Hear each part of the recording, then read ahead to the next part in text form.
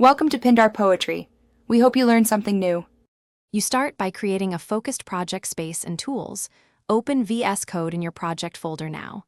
Create a virtual environment so dependencies stay isolated. Activate it and install Pygame or your preferred library. Once done, create main.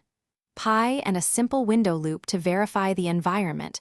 Run and confirm a blank window appears. Make sure to enable the Python interpreter selection in VS Code and save configuration for linting and formatting before progressing.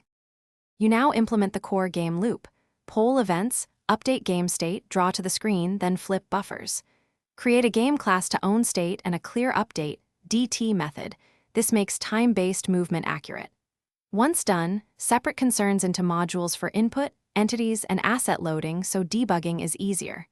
Make sure to regulate FPS with a clock, avoid blocking calls, and test incremental changes, often so you catch errors before they compound.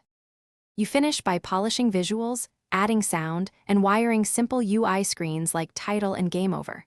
Once done, run focused playtests and tweak difficulty or controls. Small iterations prevent big regressions. When ready, package with pinstaller or provide clear instructions to run Python main. Py inside the virtualenv. If things go wrong, enable verbose logging and inspect traceback lines. Make sure assets are addressed by relative paths, and the virtualenv interpreter is selected in VS Code so imports resolve. Thanks for watching. Consider subscribing if we helped you.